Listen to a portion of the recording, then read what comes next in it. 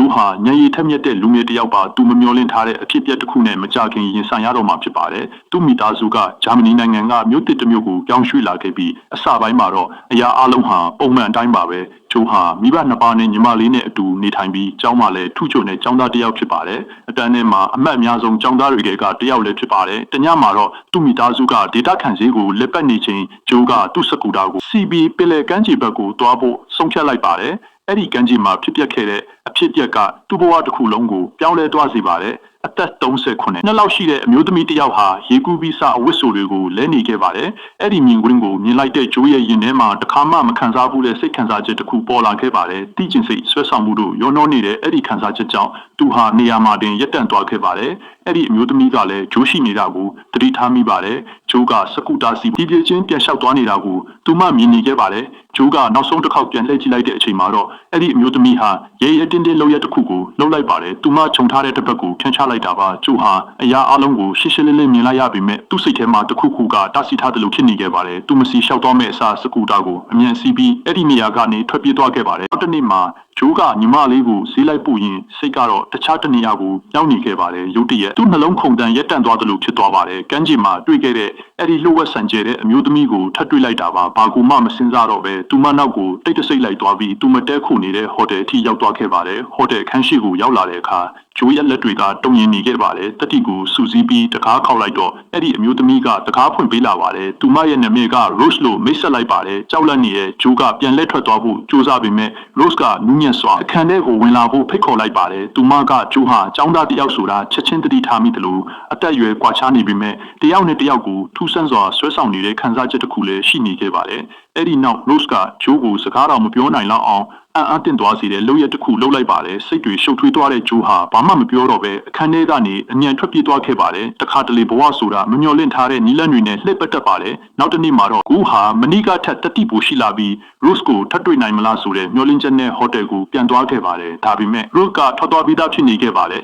အခန်းထဲမှာသူမချန်ထားခဲ့တဲ့တီရှပ်တစ်ထည်ပဲကျန်နေပါတော့တယ်Rose ကိုပြန်ရှာတွေ့ခြင်းနဲ့စိတ်နဲ့ဂျိုးကဟိုတယ်အကျိုးကောင်းတော့ကိုဖုံးဆက်ပြီးသူမရဲ့ဆက်သွယ်ရအချက်လက်ကိုတောင်းခဲ့ပါလေဒါပေမဲ့တသနာတစ်ခုရှိနေပါလေဟိုတယ်မှာရှိတဲ့ဖုန်းနံပါတ်က Rose ရဲ့ခင်မွန်းနံပါတ်ပဲဖြစ်နေခဲ့တာပါအဲ့ဒီအချက်ကိုတိလိုက်တာနဲ့ဂျိုးဟာရင်တိန်တိန်ခုန်နေပြီးဖုန်းကိုချက်ချင်းချသွားခဲ့ပါတယ်နောက်ပိုင်းကျောင်းမှာတော့အရာအလုံးပုံမှန်ပဲဖြစ်နေတယ်လို့ဟန်ဆောင်နေခဲ့ပါတယ်ဆရာရီမေးတဲ့မိကူတိုင်းကိုလည်းမှန်မှန်ကန်ကန်ဖြေဆိုနိုင်ခဲ့တာကြောင့်ဆရာရီကဂုဏ်ယူနေကြပါတယ်ဒါပေမဲ့သူ့စိတ်ထဲမှာတော့Rose အကြောင်းကိုပဲမိမရနိုင်သေးပါဘူး။ကြောင်စင်းတဲ့အချိန်မှာတော့ဂျိုးဟာစွန့်စားတဲ့အရာတစ်ခုကိုလုပ်ဖို့ဆုံးဖြတ်လိုက်ပါတယ်။သူက Rose ရဲ့ခင်ပွန်းကိုဖုံးဆက်ခဲ့ပါတယ်။စကားပြောဖို့မဟုတ်ပဲ။ Rose ပဲနေရာမှာပစ္စည်းပို့တဲ့အလုပ်လုပ်နေတယ်လဲဆိုတာသိချင်လို့ပါ။အဲ့ဒီနောက်မှာတော့ဂျိုးမှာအစီအစဉ်တစ်ခုရှိလာခဲ့ပါတယ်။ Rose အလုပ်စင်းတဲ့အထိသူမရဲ့အလုပ်နေရာအပြင်မှာစောင့်နေမယ်ဆိုတာပါ။ဒါဟာမလုပ်တဲ့အရာဖြစ်နိုင်တယ်ဆိုတာသူသိပေမဲ့သူ့နှလုံးသားကတော့ Rose ကိုထပ်တွေ့ဖို့ပဲတောင်းဆိုနေခဲ့ပါတယ်။လှုပ်ဆင်းလာတဲ့ Rose ကအလုပ်ပြင်မှာစောင့်နေတဲ့ဂျိုးကိုမြင်လိုက်ရတော့အံ့ဩသွားပါတယ်။အရင်တစ်ခေါက်ဟိုတယ်မှာသူမစီကနေထွက်ပြေးသွားခဲ့တဲ့ကောင်လေးကအခုတော့သူ့ရှေ့မှာပြန်ပေါ်လာတာကြောင့်မှဂျိုးကတော့စိတ်လှုပ်ရှားလုံးလို့ဘာစကားမှမပြောနိုင်ပဲဒီအတိုင်းရက်နေခဲ့ပါတယ်။ရက်အနှင်းငယ်ကြာပြီးနောက်ဂျိုးကထပ်ကြိုးစားခဲ့ပါတယ်။ Rose ရဲ့ပစ္စည်းတွေကိုတက်ပေးဖို့ကမ်းလှမ်းပေမဲ့ Rose ကအေးစစ်စစ်ပဲညှင်းလိုက်ပါတယ်။ဒါပေမဲ့မထင်မှတ်ထားတဲ့အဖြစ်အပျက်တစ်ခုဖြစ်သွားခဲ့ပါတယ်။ဂျိုးဟာစကူတာမတော်တဆလဲကျသွားခဲ့တာပါဒဏ်ရာရနေတဲ့ဂျိုးကိုမြင်လိုက်ရတဲ့အခါ Rose ရဲ့တင်းမာနေတဲ့စိတ်တွေပျော့ပြောင်းသွားပါတယ်။သူမကဂျိုးကိုအိမ်ခေါ်သွားပြီးဒဏ်ရာတွေကိုတန့်ရှင်းပြီးကပြုစုဆောင်ရှောက်ပေးခဲ့ပါတယ်။အဲ့ဒီအချိန်ကစပြီးသူတို့နှစ်ယောက်ကြားကဆက်ဆံရေးဟာတဖြည်းဖြည်းပြောင်းလဲလာခဲ့ပါတယ်။ Rose ကဒဏ်ရာကိုကုသပေးနေရင်ဂျိုးကိုအနာကပ်လာခဲ့ပြီးဂျိုးလည်းသူတို့နှစ်ယောက်ရဲ့ဆက်ဆံရေးကိုပုံမူနီးစပ်လာစေဖို့တတိမွေးပြီးရှေ့တိုးဖို့ဆုံးဖြတ်လိုက်ပါတယ်။အဲ့ဒီနောက်ပိုင်းမှာတော့သူတို့နှစ်ယောက်ဟာ Rose ရဲ့ခင်ပွန်းအလုပ်သွားနေတဲ့အချိန်တိုင်းတွေ့ဆုံနေကြပါတော့တယ်။နေ့ရက်တွေကြာလာတာနဲ့အမျှဂျိုးက Rose နဲ့အချိန်ပိုပြီးကုံဆုံးလာခဲ့တယ်လို့နှစ်ယောက်သားလည်းတစ်နေ့ထက်တစ်နေ့ကိုရင်းနှီးလာခဲ့ပါတယ်။ဒါပေမဲ့တစ်နေ့မှာတော့သူတို့နှစ်ယောက်အတူရှိနေချိန်ရုတ်တရက်ကြောက်စရာကောင်းတဲ့အခြေအနေတစ်ခုဖြစ်လာခဲ့ပါတယ်။ Rose ရဲ့ခင်ပွန်းကအလောက်ကနေစောစောပြန်လာတာပ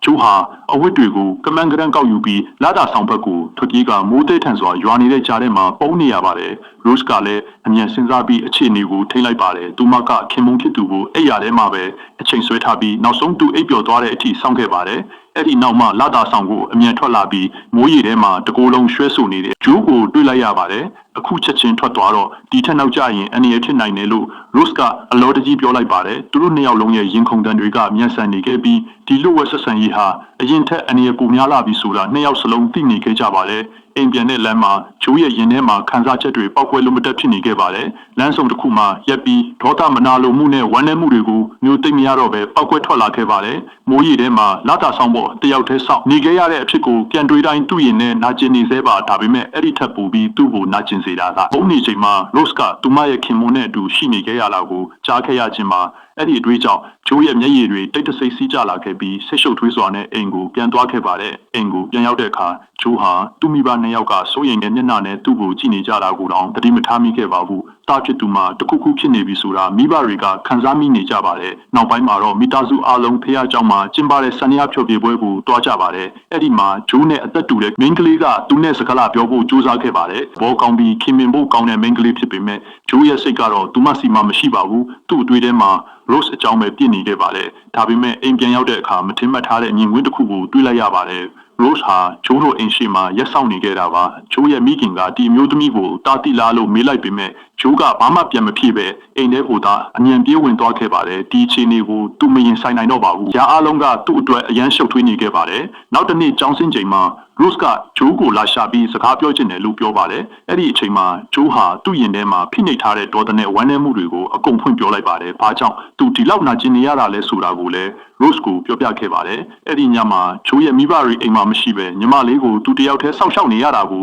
တိတဲ့ Rose ကဂျိုးတို့အိမ်ကိုရောက်လာခဲ့ပါတယ်သူတို့နှစ်ယောက်အပြင်းထန်စကားများကြပါတယ်ဒေါသဝမ်းနည်းမှုနဲ့နာကျင်မှုတွေကြောင့်နှစ်ယောက်စလုံးရဲ့အတန်တွေတုံရင်နေခဲ့ပါတယ်ဒါပေမဲ့နောက်ဆုံးမှာတော့တယောက်ကိုတယောက်အကြာကြီးအပြစ်မတင်နိုင်ခဲ့ကြပါဘူးနှစ်ယောက်စလုံးတောင်းပန်လိုက်ကြပြီးတရားလဲနားလည်မှုရသွားခဲ့ပါတယ်ဒီဆက်ဆံရေးကနှစ်ယောက်စလုံးကိုနာကျင်စေပေမဲ့လည်းသူတို့ရဲ့နှလုံးသားတွေကတော့တယောက်နဲ့တယောက်ကိုဆွန့်လွတ်ဖို့ညှင်းဆန်နေခဲ့ပါတယ်ဒါပေမဲ့သူတို့ရဲ့ရုပ်ဝက်ချက်ကိုဖုံးကွယ်ထားဖို့ကတနေ့ထက်တနေ့ပိုခက်ခဲလာခဲ့ပါတယ်ဂျိုးရဲ့မိသားစုကလည်းတာဖြစ်သူမှာတခုခုမမှန်တော့ဘူးဆိုတာစတင်သတိထားမိလာကြပါတယ်တနေ့မှာဂျိုးဟာဆန်ရရှိမှထိုင်ပြီးတချင်းတစ်ပုတ်ကိုတီးခတ်နေခဲ့ပါတယ်နူးညံ့တဲ့ဂီတတန်တွေကသူတို့နှစ်ယောက်ရဲ့ရင်ထဲကပူလောင်နေတဲ့ခံစားချက်တွေကိုခဏတာငြိမ်းချမ်းစေခဲ့ပါတယ်အဲ့ဒီနောက်တစ်နေ့ပန်းချံမှာတွေ့ကြဖို့ချင်းဆိုလိုက်ကြပါတယ်ပန်းချံမှာတော့သူတို့နှစ်ယောက်ဟာတပ်ပုံတွေရိုက်ရေမောစကားပြောရင်းပျော်ရွှင်တဲ့ဒိန်တွေကိုအတူထက်တန်းခဲ့ကြပါတယ်နေဝင်ချိန်ရောက်လာတဲ့အခါRose ကဂျိုးကိုဥယျာဉ်နီးကတဲခုခန်းလေးတစ်ခုစီခေါ်သွားခဲ့ပါတယ်သူမကညစာချက်ပြုတ်ရင်းစိတ်ဝင်စားဖို့ကောင်းတဲ့အဖြစ်အပျက်တွေကိုပြောပြနေပြီးဂျိုးလည်းအချိန်တော်ကြာပြီးမှစိတ်နှလုံးအေးချမ်းတဲ့အပြုံးကိုပြန်လည်ပိုက်ဆိုင်နိုင်ခဲ့ပါတယ်ဒါပေမဲ့အိမ်ဘက်မှာတော့ပြဿနာတွေတဖြည်းဖြည်းပေါ်လာနေခဲ့ပါတယ်ဂျိုးရဲ့ညီမလေးကသူ့အမေကိုအကူမ